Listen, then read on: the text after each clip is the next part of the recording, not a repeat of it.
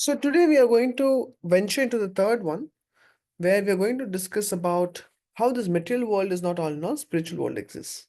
So before we even venture into exactly this topic, to address the topic of karma is very important.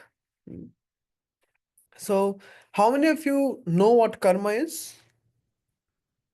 And just a gentle reminder, I would like to have a interactive session. So if you can, if possible, turn on your video and also respond actively, because otherwise I'm going to have marks on your certificate for your participation also. So please do actively respond, and it also saves a lot of time. So please tell me what do you understand by the word karma?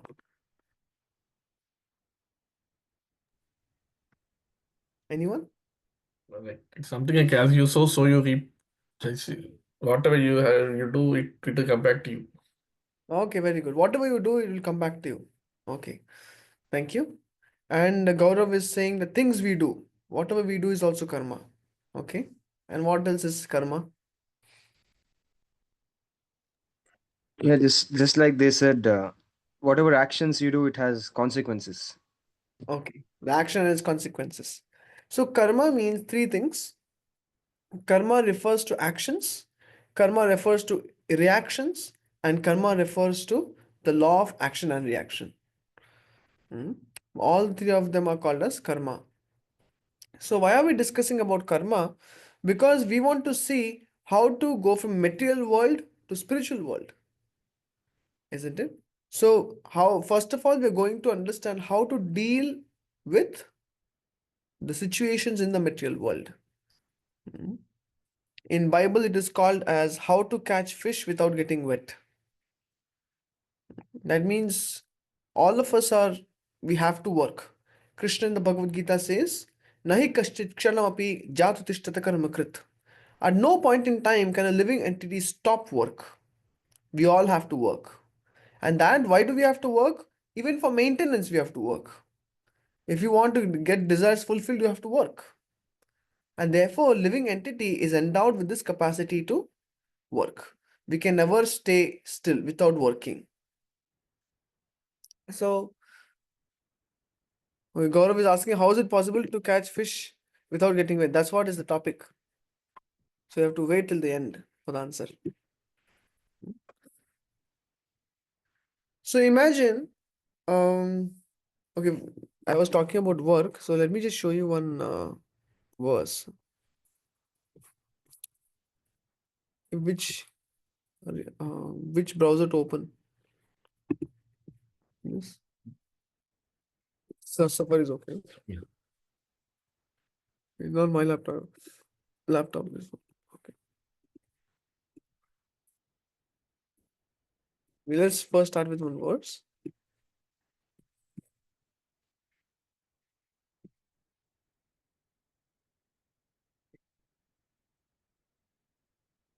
All of you can see the screen? Yeah? Hare Krishna. Yes, You- Prabhu. Yes. Yes, Prabhu, we can see. So I want all of you to repeat after me. Karmano hyapi bodhavyam. Karmano Karmano hyapi Oh, bodhavyam. yati bodhavyam. bodhavyam, Bodhavyam cha vikarmanaha. Bodhavyam bodhavyam cha cha Bodhavyam vikarmanaha. vikarmanaha, Akarmanascha bodhavyam. Akarmanascha akarmanascha bodhavyam. bodhavyam, Dahana karmano gatihi. Gahana Gahana karmano jnana gatihi. karma gati. gatihi. Can one of you read this for the translation? The intricacies of action are very hard to understand. Therefore, one should know properly what action is, what forbidden action is, and what inaction is. Yes. So Krishna is telling Arjun in the fourth chapter that action, the intricacies of what karma is very difficult to understand. Gahana karmano gatihi means very difficult to understand. But while we are in this world, I was just telling you, we can never stop work. We all have to work. We all have to deal with this material world. So how to deal with this world such that we are not entrapped in this world? Just as a small insect goes into the web of a spider and gets completely entangled. We don't want to do that. We want to remain free while engaging with the world, isn't it? So Krishna says that is possible. How? First of all, understand properly what is action, what is forbidden action, and what is inaction. So the three terms are karma or sakarma. The second term is vikarma, and third term is akarma. These are three terms which we're going to discuss in this session. Now, once upon a time,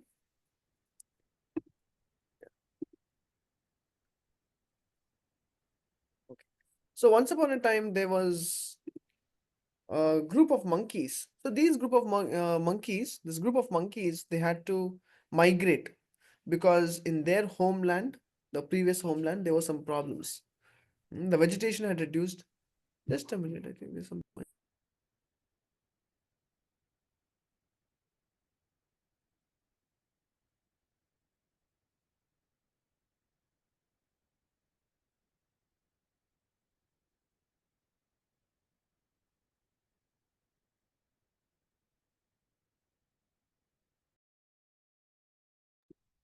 Yeah. So I was just telling you about the group of monkeys. So a group of monkeys had to migrate because there were some problems in the homeland. So what did they do? They moved from their old home into new home. Now this land they found was extraordinary. How was it extraordinary? There were fresh green grass, very soft. There were tall trees like banyan trees with strings hanging so that the monkeys could play around. Then there was also nice fruits like bananas and mangoes and all kinds of fruits and vegetables for the food of the monkey. And nearby the land there was a huge lake with crystal clear waters.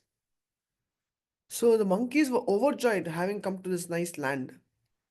Their prospects of their future were bright. So as they settled down in that land, one day they all became very thirsty. And all the monkeys thought, okay, now there's a lake. So let's go and drink water from there. But the leader monkey was a smart one. So he understood, he saw that before the lake, on the shore, there were many footsteps, huge footsteps, like size 20, very big footsteps. So the leader monkey said, be careful because I suspect the presence of an ogre. Ogre is like some Rakshasa, like you have seen Shrek. He's an ogre. So I suspect the existence of an ogre within the lake. But the monkey said, but we cannot help ourselves. We are too thirsty. We have to go and drink water. But the leader monkey said, be very careful. The ogre will eat you up. And as the dialogue was going on between the leader monkey and the other monkeys, now the ogre from within the water, he immediately saw a little up to see what is happening, why the monkeys are not coming inside. And he saw above the lake, surface of the lake, that there's a conversation and dialogue going on. So from within the waters, the ogre started to speak. My dear monkeys, this water is very cool. This water is fresh. This water is very sweet. Just meant for your pleasure. So please come without further delay. Don't listen to anyone, whoever is stopping you. Please come and enjoy the waters. This is meant for you. Like that, the ogre started to speak. And the monkeys were even more driven to go and drink the waters. So the leader said, yes, I've got an idea. You should drink the water, but don't get caught in the water by anyone. How to do that? They found there was a huge grass like with a tubular stem. You have seen it's called as reed. The reeds they have a tubular stem. It is completely hollow like a straw. So they took these blades of grass, and each monkey had one blade of grass. They went to the nearby tree above the lake, sat on the tree, and used it as a straw to drink the water. And the ogre again came outside the water to see what happened. Where are the monkeys? And then the leader monkey said, hey, you fool, you tried to cheat us, but we are very smart. We're sitting from the top of the tree and drinking the water. And the ogre got frustrated and had to go inside, isn't it? So, similarly, just like the monkeys, we also in this world are forced to work. If you don't work, there's no job. If you don't work hard, there's no future. So, we have to work. But don't work like the foolish monkey which will go inside the lake and get eaten by the ogre. Work in the way of the intelligent monkey which knows how to work in this world but not get caught. Is that understandable? So, therefore, Krishna says, he tells Arjuna, you have to understand what action we have to perform, what are the actions which we are not supposed to perform, and what action can lead us to a better destination, spiritual destination. Just like the soldier of a country. Now, the soldier of a country, when he fights at the line of control on the border, he's shooting his enemy. So, when he's shooting his enemy, what does he get? Is he put into bars, behind the bars? Yes? No, he's not put behind the bars. Yeah. Why? Because he is doing it for the country. He's doing it under the guidance of the government of the country. But say the same soldier at night, he gets up because there's a lot of disco music going on from the neighbor's end. He takes his gun and goes to the neighbor's home and shoots him, saying that you are a cause of disturbance. So will he be put behind the bars or given Medal of Honor? He'll be put behind the bars. He'll be put behind the bars. Yes. So now can you tell me why on the action was the same? In both the situations, he was shooting. Why is it in one case scenario he got a Medal of Honor and in the other case scenario he was put behind the bars? Can you tell me why? He was doing he was performing his actions under the guidelines, like under the laws, under a specific like structure which gave him the right to do those things, or like it was his duty to perform such tasks. Okay, under some laws. Okay, but that law, who made that law? The government. Yes, he was acting on behalf of government. When he was acting on behalf of government, he got Medal of Honor. Now shooting the neighbor, why was he punished for that?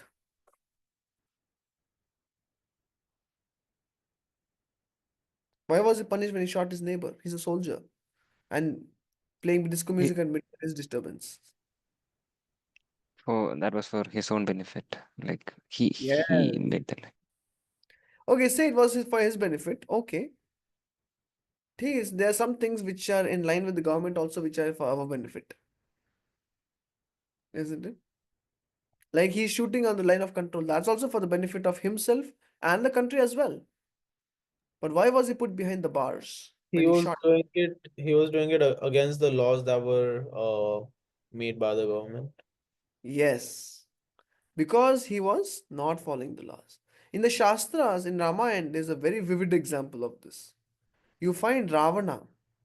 Ravana had so many people to tell him, don't go behind Sita.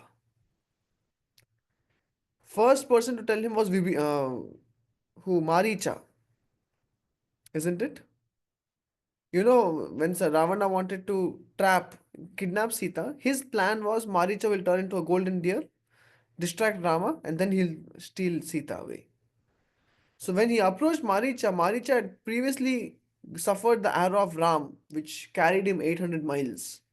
So currently, even if he would hear anything with Ra, he would fear.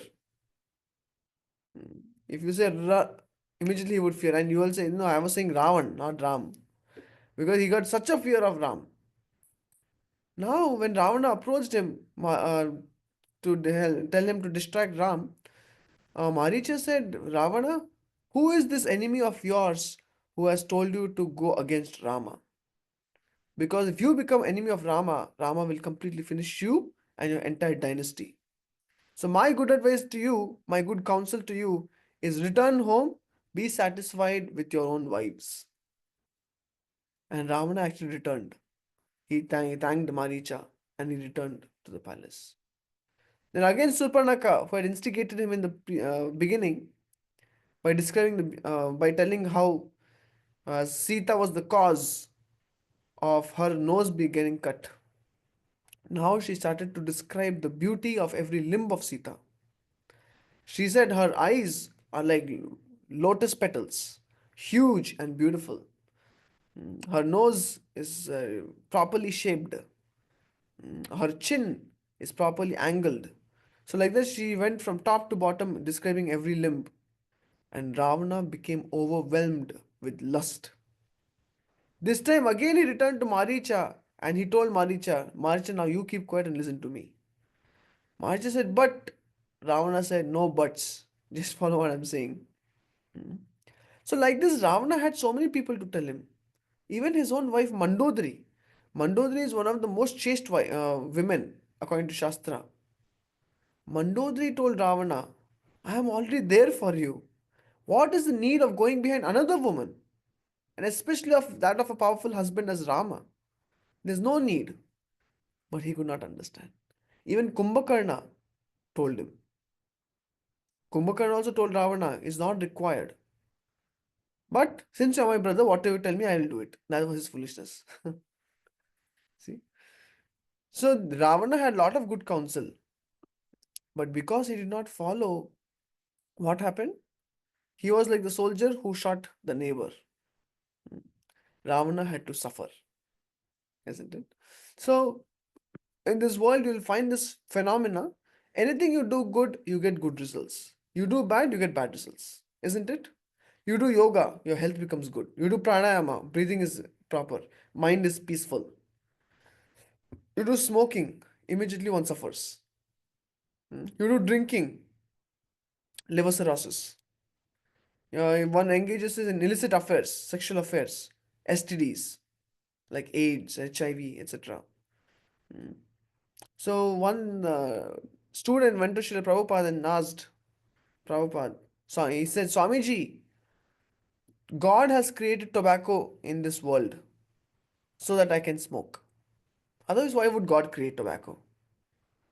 And Prabhupada replied to him saying, God has also created Datura herb, which is a poison. Why don't you take it? I said, no. Then he says, student told Prabhupada, no, Swamiji, I cannot eat it. If I eat Datura, I'll immediately die. So then Prabhupada said, yes, that means he has given tobacco, he has given Datura, and he has given you intelligence to understand how to perform action. Not that any action is proper action, isn't it? So in this world, people who, when we observe this phenomena, that you do good, you get good. You do bad, you get bad. This is a widespread phenomena. And therefore, people also want to do good, isn't it? It's similar, just like in a company. In a company, you do good work, you get promotion. You do bad work, pink slip. They're out of the company. And this is across any organization, any platform. So, um, in this world, you will see some people, especially their atheistic friends, they might say, you are saying God exists. But if God exists, why are there so many disparities in this world? Disparities means what? Someone is, like Karna. Karna is supposedly loyal friend, a hero, but unglorified hero. One whose glories are not sung. Such a hero. And people feel bad. Why did God do such a thing to Karna? Isn't it? So similarly, we find sometimes person is born in a poor family. Sometimes people are born in rich families. Some people are very smart, born smart. Some people are born not so smart. Isn't it? Some people are born with parents who are abusive. Some people have such encouraging parents, families, relatives. Some people are born in ghettos. Some people are born in palaces. Some people are born in that color of the body that is glorified and sought after. Some people are born in that color of the body which no one wants. So therefore, because there's so much of variety in creation, people say that God doesn't exist. Isn't it? Many people say. But do you know based on what do we get these different varieties? None of us have chosen our parents. We have not chosen that I'll be born in this state of India. I'm not chosen, I will be born in this part of the world. But still, we have been born to certain parents with certain IQ, with certain features of the body, with certain color. Who decides? Can we decide? How many of you decided your parents? This man and this woman will be my parents. Have you decided? Anyone? No, we have not decided. So who decides? Can you tell me? Karma Uh, of previous life. Activities previous life, and yeah, that's called as karma, isn't it? And this is the law of karma. Just as you have law of gravitation, you have law of buoyancy. You have so many laws governing this material world. Similarly, a subtle law which we don't see directly, but we can observe it working around us is called as the law of karma. If that law wasn't there, that means you should be doing good and getting bad, isn't it? So, what is sakarma? Sakarma means the first category of karma, sakarma, means that you do good and get good result. That means you give food to the poor, to the needy. You give someone in the next life, you'll be born with surplus of food. You'll never go or die hungry. You give water to the needy, you will be born next to a river, so that all your requirements of water is fulfilled. You give clothes to the needy, the next time you can be born as a son of a textile mill owner. You can get your own cloth, whatever, however you want to wear it, isn't it? You help the blind man cross the road. Tomorrow, someone else will help you cross the road. This doesn't mean you can help your friend copy in the exam so that someone else will help you in the future. That is a vikarma, helping others also in cheating. So, therefore, this is sakarma. In sakarma, you are doing good activity so that you can get good benefit. Now, what is vikarma? Vikarma means one does wrong action. And what is that wrong action? Wrong action means one is going against the laws of God. Ever wondered why do people suffer in this world? Anyone knows why suffering is there in this world? Dukhalaya Mashashvatam. Dukkha lema shashvatam is nature of this world, okay. But why do people suffer?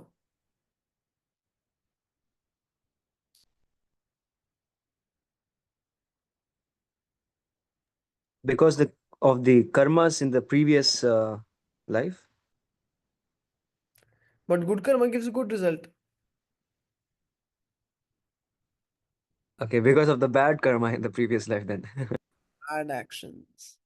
That is why we suffer. Say today morning you got up and you just were undergoing a very strong pain in the stomach. You know why? It is because we would have caused someone else to suffer like that. Sometimes you are carrying a big amount of cash, in a briefcase, as you've seen in the movies. And immediately, as you're talking with a friend in the train, you forget the briefcase and you guys go. 1 hour later, you understand my briefcase is missing. Then you go to the train, briefcase not there. You just lost, say, $10,000. You know why? Definitely carelessness. But why did you get that forgetfulness? That is also because of past karma. Hmm? So therefore, the only seed of suffering in this world is our past bad actions for which we suffer today. Hmm? So that is called as vikarma. And in these two, so we were discussing about law of karma.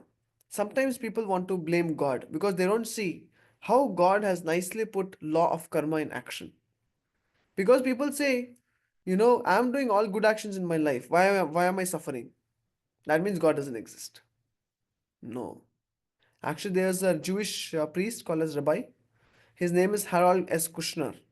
So this Harold S. Kushner was a very devout priest, devotee of God.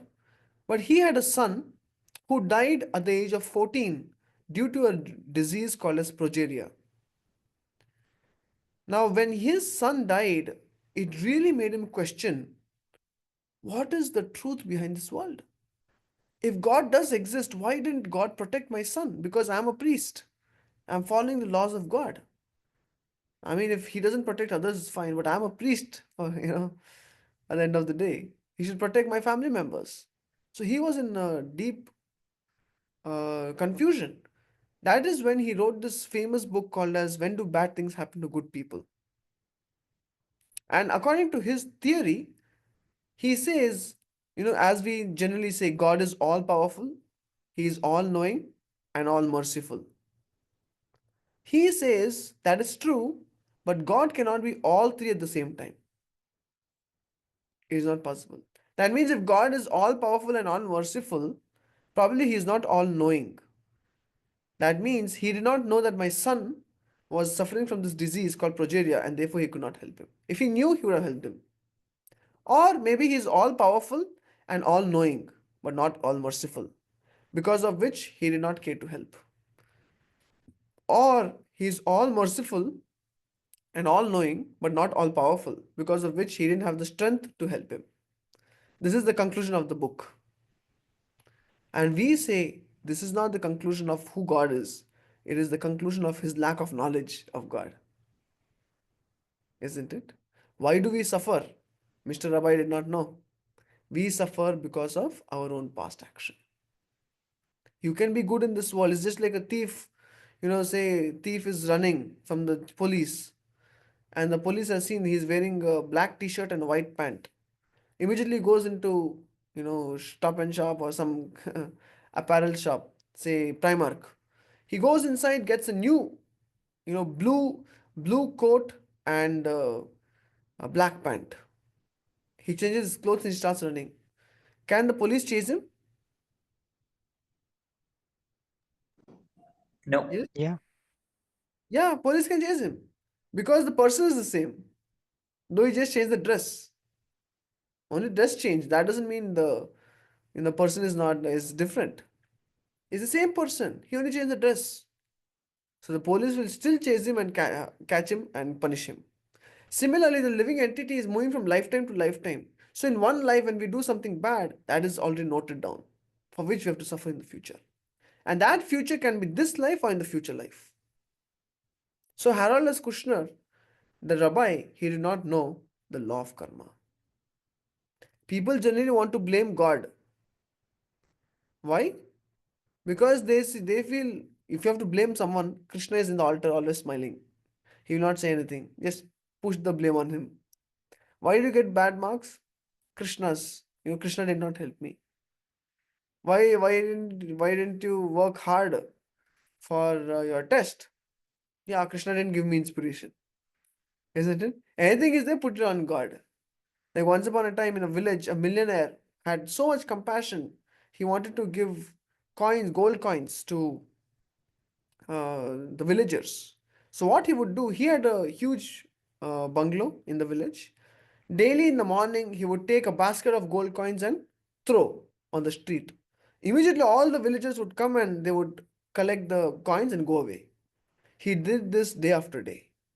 When he did this day after day, he saw that people would come, take the coins, sometimes fight with one another, and go away.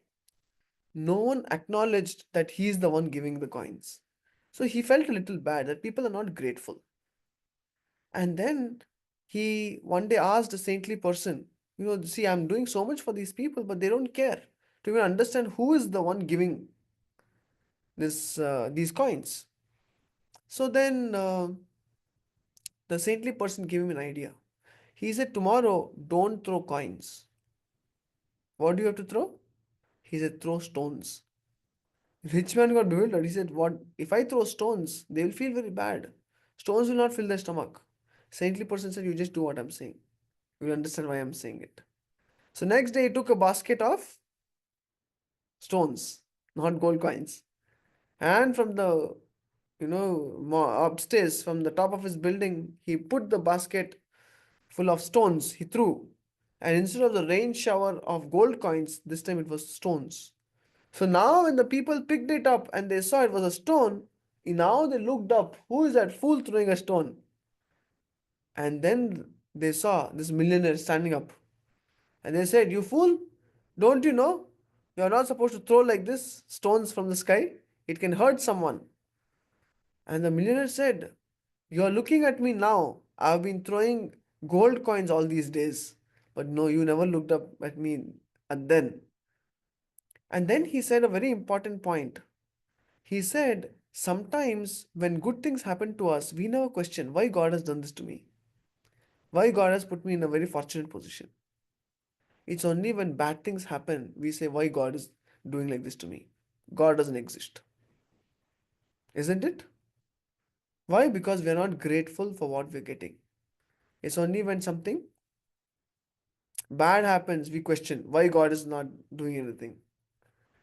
So therefore in our lives we should not be like the people who only look at God when in the time of suffering. Isn't it? Like sometimes we have experience in the temple on Sunday feast, some especially when there's big donation, we cook more items and we feed everyone. Let's say like a 10 course item. There's puris and sabjis and papad and sweets and everything. Only one sweet rice is burnt, but other nine items are very good. So everyone has the feast, and as they're leaving, when we ask, what was your experience today?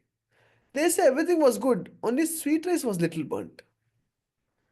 They don't acknowledge that all the other items were there, which were very nice. Where does the mind go to? The burnt sweet rice, isn't it? Because we are not grateful. So when we are not grateful, it is easy to blame. It is easy to blame someone. Why am I born poor? God is cruel. God doesn't exist. No, instead of blaming, we have to change our attitude to be grateful. Yes, I might be born poor, but God has given me opportunity, isn't it? He has given me strength to work hard. By this, we can actually use our capacity to work in a positive direction. Otherwise, we will only be frowning and grudging, and we will only reject God. So now when then we had come to Sakarma and Vikarma. Sakarma means good action gives good results. Can you give an example? I gave few examples. Any further example? Couple of examples. You do something good, you get something good.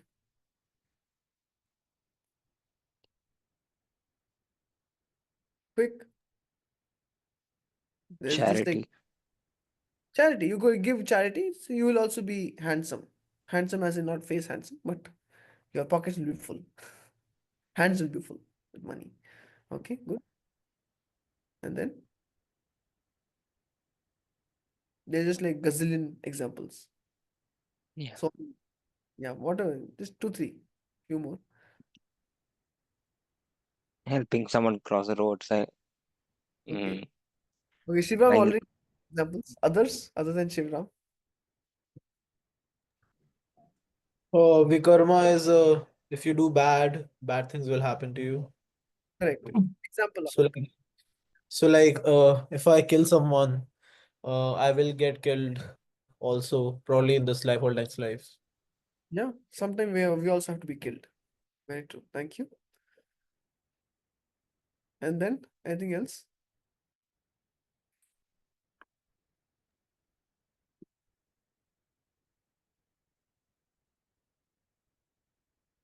No other example? If you cheat in exam, you have this experience. Sometimes you have never prepared for an interview, but you crack the interview. Sometimes you prepare too much for the interview, but you don't even pass the first round. That's also part of karma. Like I have a brother, twin brother, and amongst both of us, he's smarter one. And we both had competition, but he's the one who would always come first in class and everything. I would always be somewhere third or fourth. So in the final board exam, CBSE board exam in 12th standard, so we both wrote the exam, but and after writing exam, we check the question paper, how many I got right, how many I got wrong. So according to my calculation, I was not supposed to get how much I actually got. I actually stood second in the entire school, whereas my brother came 10th. Because even 1.2% differ, then someone else will come get the rank. It's a very thick competition, isn't it? So now my brother is known to be a smart one. Throughout classes, he came first. But in 12th standard, I don't know what happened.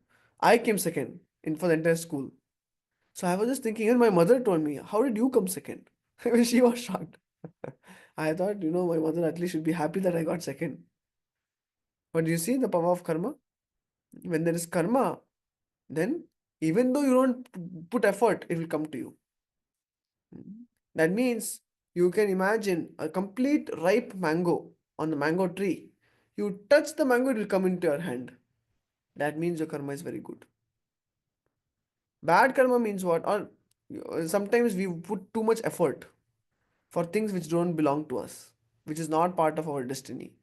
What is that? It's a complete green mango, but you want it. I want to become rich this life. I want to become very famous this life. But it is like kacha aam. It is not there for you. But the person is holding the arm and trying to break it from the branch. But the branch will come, not the fruit. Isn't it?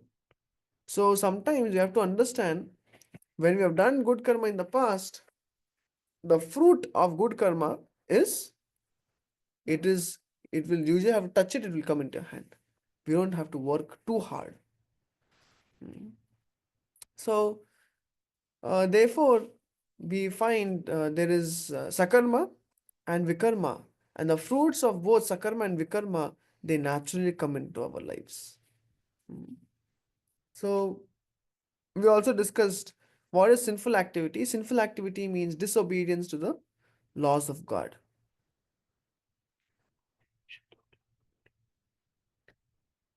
Yeah, this sinful activity means disobedience to the laws of God. Once upon a time, there were two sons of Kubera.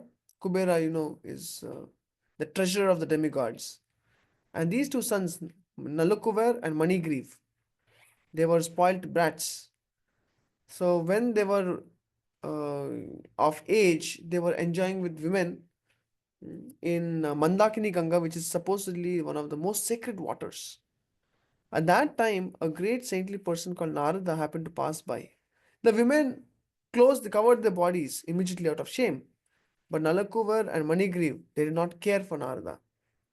So because they did not care for Narada and they were engaging in sinful activity in Mandakini Ganga, immediately they were cursed to become trees. You see? So when we perform sinful action, immediately we get sinful reaction. And that is called as vikarma. And um, you will find even in karma, some karma is immediate karma and some karma is delayed karma. Immediate karma means you punch someone on the nose, immediately you get another punch back. It's immediate reaction. You eat something which you cannot digest, the next day immediately you have bad karma in the stomach. You have to suffer. So that is called as immediate karma.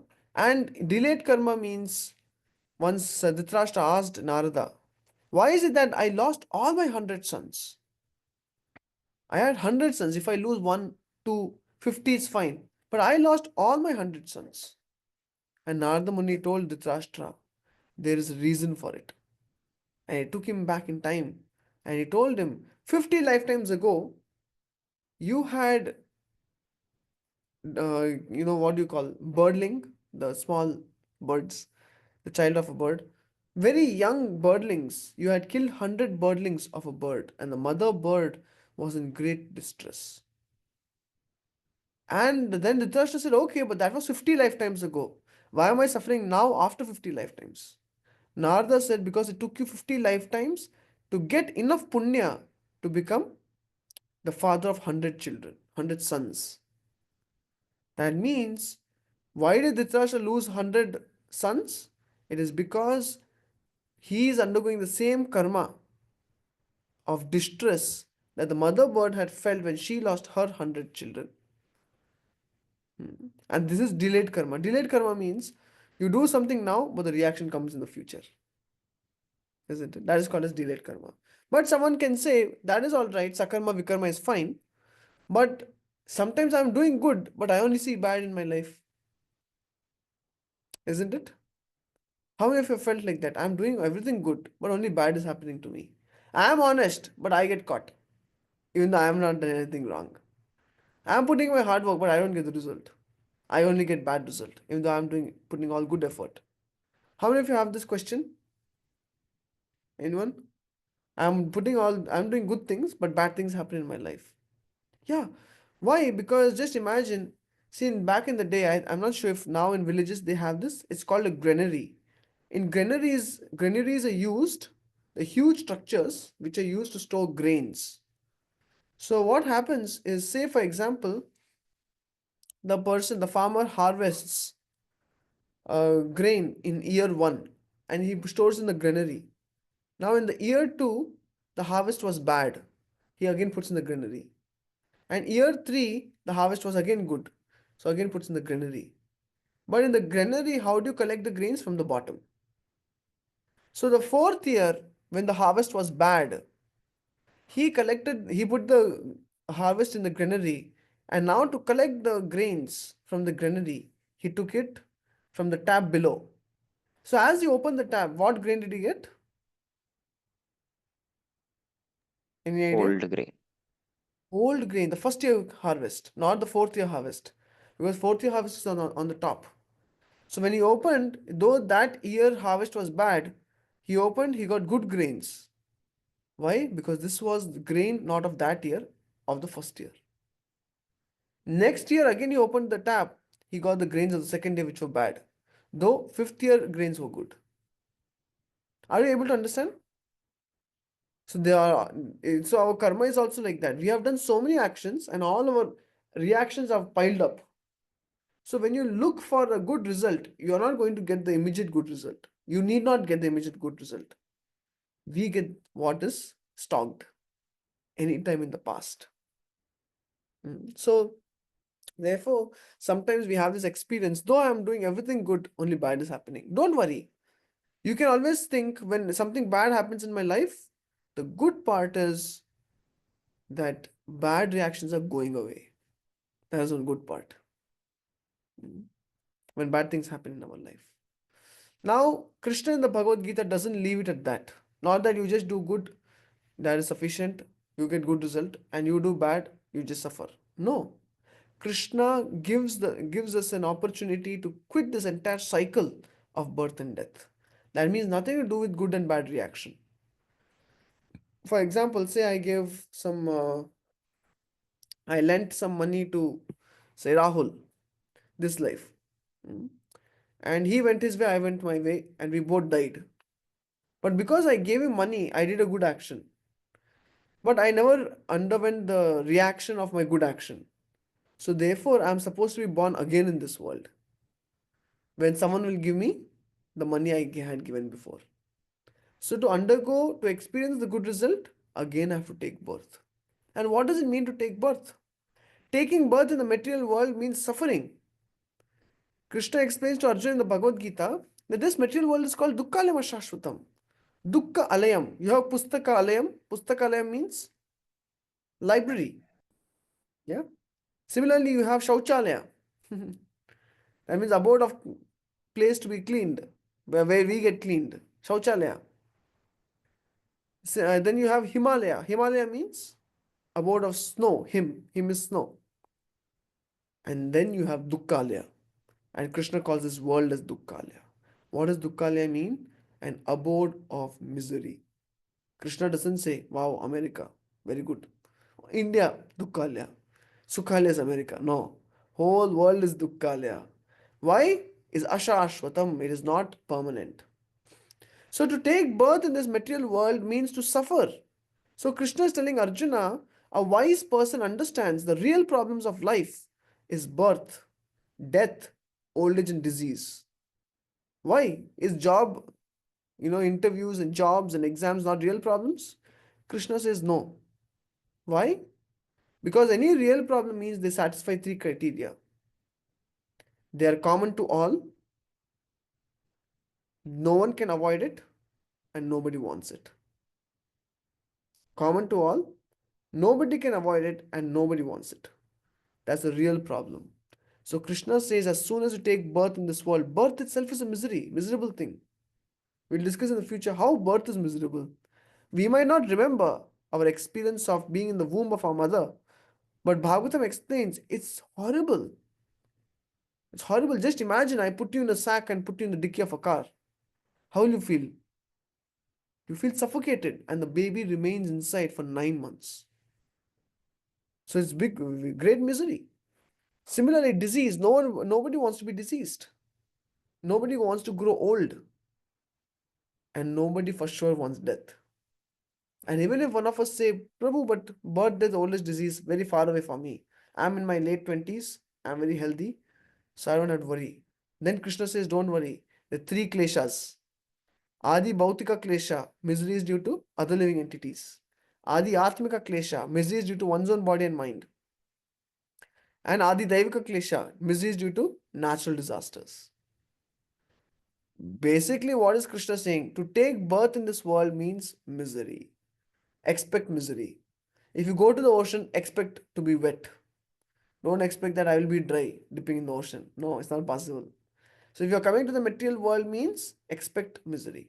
But if there's no misery in your life, then something is wrong. Either you're a pure devotee or something is really wrong. Isn't it? Everyone undergoes suffering. We all have our own set of problems. Working people have their set of problems. Students have their set of problems. Brahmacharis, we have our set of problems. But we are all suffering without spiritual consciousness. So therefore, Krishna says the goal of human form of life is to quit the cycle of birth and death. Just like you have a Ferris wheel, you have been to a fair. You know what a Ferris wheel is? You sit and it'll take you on a ride round. Say now when you're on top, you want to quit the Ferris wheel. You cannot quit. You cannot jump from there. You have to undergo it. Only at one junction, at exit, you can stop and get out. Similarly, there are 8.4 million species. All kinds of cats and dogs and rats and pigs and hogs and ... Aquatics, trees, reptiles, everything. Amoeba, virus, COVID. All these 8.4 million species. But one of them, 400,000 species are human beings. It's only in the human form of life we can quit the Ferris wheel of cycle of birth and death. When we question that I don't want to suffer, why am I suffering? That means in the human form of life, you are ready to quit. So, this human form of life is that opportunity. So, why to miss it by doing good action, bad action? Because for both good action and bad action, we are supposed to take birth again to reap the fruits of good and bad action. Isn't it? So, therefore, Krishna tells Arjuna, so if you want to quit this material world, that's only possible by performing the third type of karma called as akarma. And what is that akarma? Akarma means spiritual action. Any action that involves Krishna becomes spiritual action, akarma. It is not ordinary anymore. Akarma means one is doing for Krishna's pleasure. And what does akarma include? Akarma includes, you can say, Shravanam.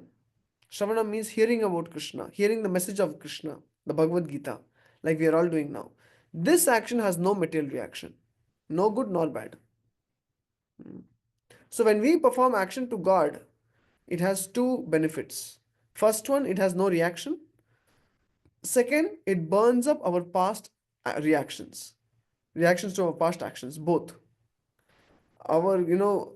As of now, the conditioned living entities in this world, they're caught up in the spider web or in the network of their own reactions.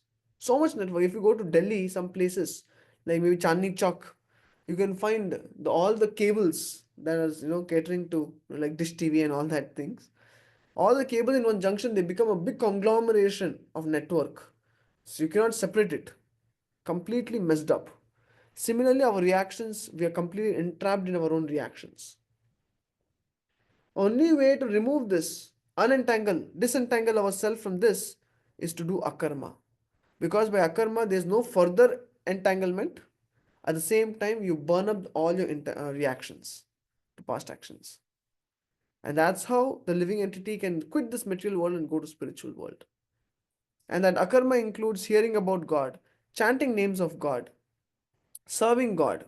Coming to temple, you do some cleaning, akarma. You do some chanting of Hare Krishna, do some kirtan. This is all akarma. You cook and offer food to Krishna is akarma. Hmm? So this akarma is what is liberating. By performing service to Krishna, we develop love for Krishna. And that's how we get liberated. So why to please God? Actually, you will find in this world we are all pleasing someone. You can ask, touch your heart and ask, whom are you trying to please? So many times we have come to US doing our masters so that we can please parents. Or we might want to please our girlfriend. Or one may want to please his boss in the company. Any institution you take, everyone is trying to please one singular authority, singular superior. And that superior in turn will give his perks, as they say. Like, for example, in school, the children are trying to serve the principal by following the rules and studying and everything. And principal in return gives them degrees. In a company, the employees are trying to serve the boss, and the boss in turn gives them salary, isn't it?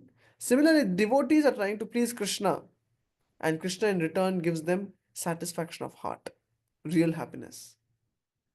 So we are all supposed to please someone. The question is, why not the best person? So we are all supposed to serve God. So akarma, you can understand akarma to be like a cashier counting check in the bank, a cashier counting cash in the bank. Still, he is counting thousands and thousands of dollars of the bank.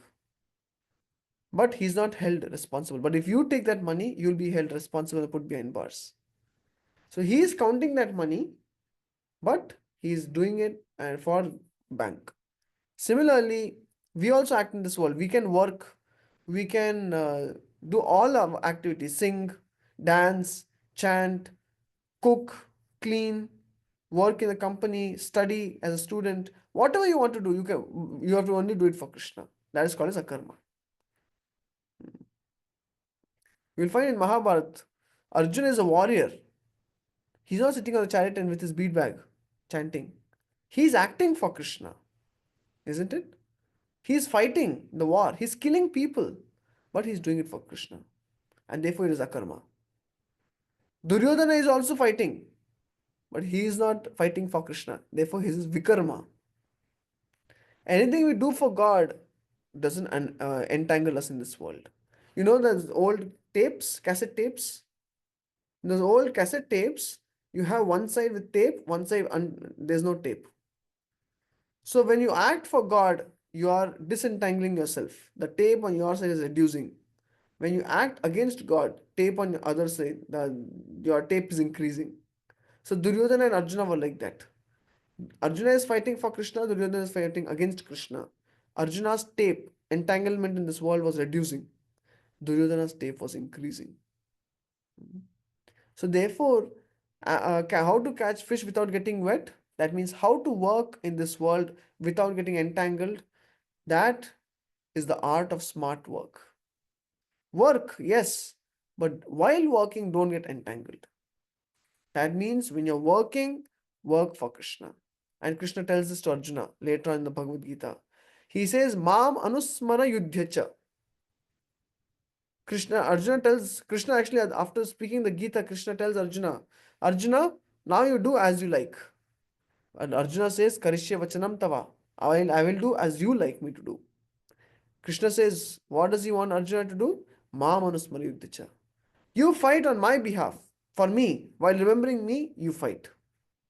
And therefore that fighting is auspicious. That fighting is a disentangling to Arjuna. It's not going to bind him. Similarly, we are working in a company or studying as a student. Whatever we are doing, do it for Krishna. Daily we have to chant Hare Krishna, do our work dedicated to Krishna. And whatever we eat, whatever we do in our daily life, offer it to Krishna. Whatever austerities we perform. Krishna says, Yat tapasyasi kaunteya. How is that? Yat juhosi tadasi yat.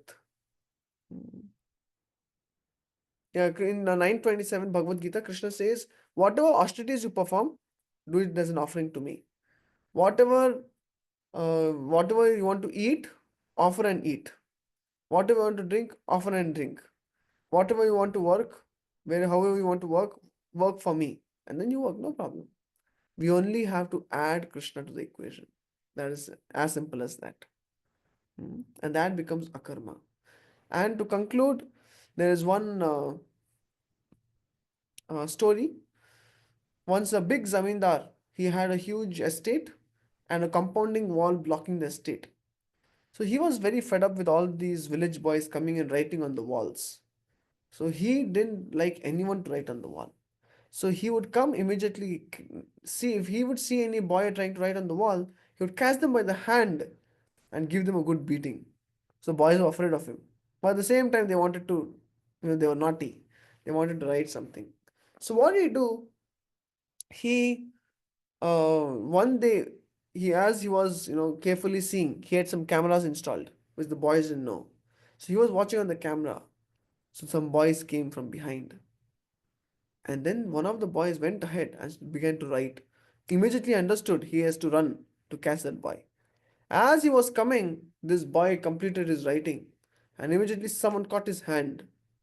And before he could actually give a slap to this boy, he saw something was written, to which he took this boy and gave him $100 note.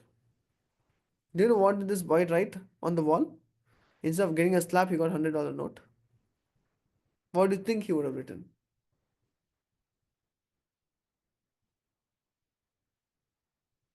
Something that would praise that person, the person living in that house.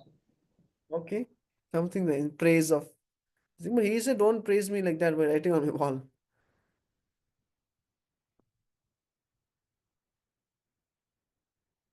But close, yeah.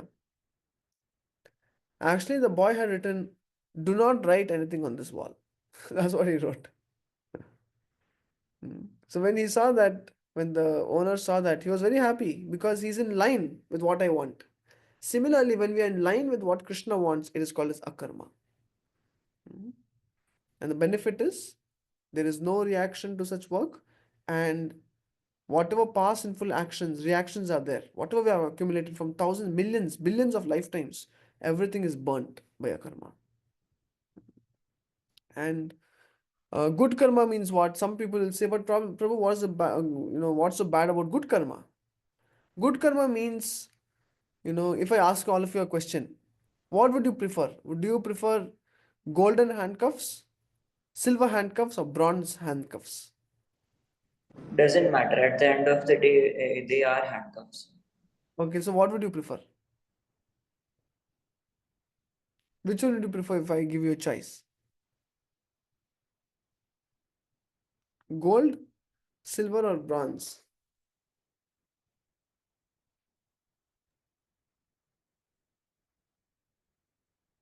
Yes?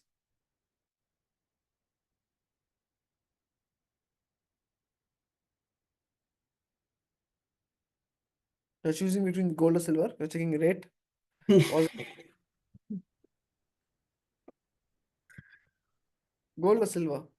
Or bronze? If we get to keep them, then gold. No, you will be keeping them on your. Maybe, but someday I get to unlock it, right? Okay. No, someone else will put it. But we'll get it unlocked some way. Yeah, then he will take it away. He will not give you. Okay. Some Jitesh and Shamika, they're saying no handcuffs. Okay, very good. Yeah, we don't want any handcuffs, isn't it? That was a trick question. So doing good karma means going from C class jail to B class jail to A class jail. C class jail, no facilities. B class jail, at least there's a bed. And A class jail, there's AC also. But jail is jail. Like Malhar said, at the end of the day, jail is jail. Handcuff is handcuff. So the goal of life is we don't want any handcuffs. We want to be free. Similarly, by doing good karma means going from C class jail to A class jail, but you're still in the jail of the material world. But doing akarma means no more handcuffs. So we will conclude there. So today we discussed about sakarma, vikarma, akarma. We also discussed about instant karma, delayed karma. We also discussed about how people are often not being able to understand the law of karma. They unnecessarily blame God to be cruel or to be non-existent, because they are not able to see that it is because of one's own action we are suffering in this world. And at the end of the day, we all have to work. We cannot stay without work. So if we work for God, that is called as akarma, and it is freeing. It frees us from all our past reactions to work, and at the same time doesn't produce further reaction. So that after this life, we can go back to spiritual world. So more about spiritual world we'll discuss next time. Okay. Thank you very much for your kind attention. So I'll just share the quiz link with you in just less than a minute. Or Arshab, are you there to share the quiz link? Yes, Prabhuji, I'm sharing. Please do attend the quiz, because the certificates that you get, the grades will be based on the quiz scores. It should be very quick and easy. In the meantime, if anyone has question, you can ask.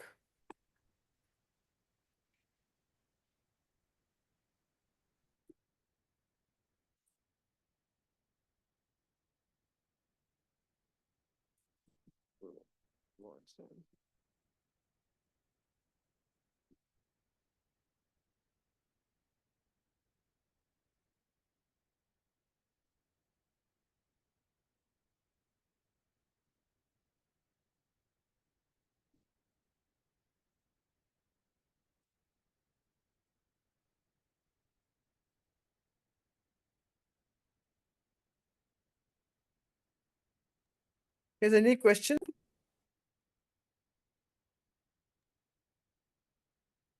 Yeah, I had a question.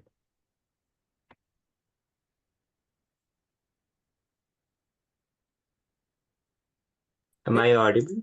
Yes, yes.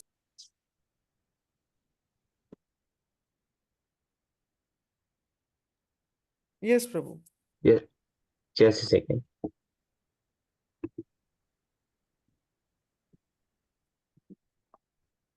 So for others, the link to the quiz is in the chat. You can please start writing. Okay, I'll do the quiz and then come back. Okay, okay.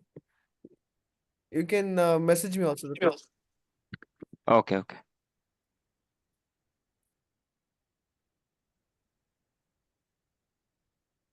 We need to request access, right? Oh, it's published now. Can you check now again? It is asking for us to request submit access. Submit a request for the access. Okay, Arshab, please see.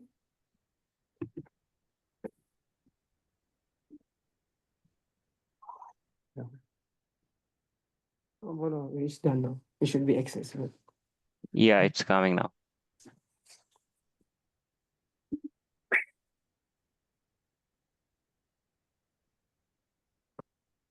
देखिए answer डालो सब में answer डालना है सब में डाले सब में ये वाला सब में डाले सब में डाले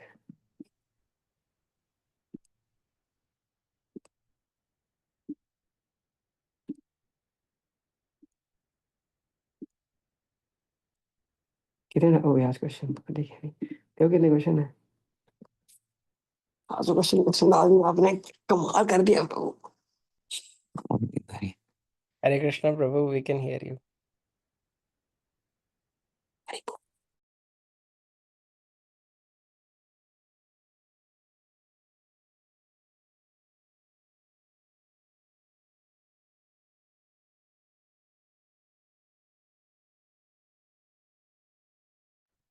Can someone send the link again? Like I didn't get it.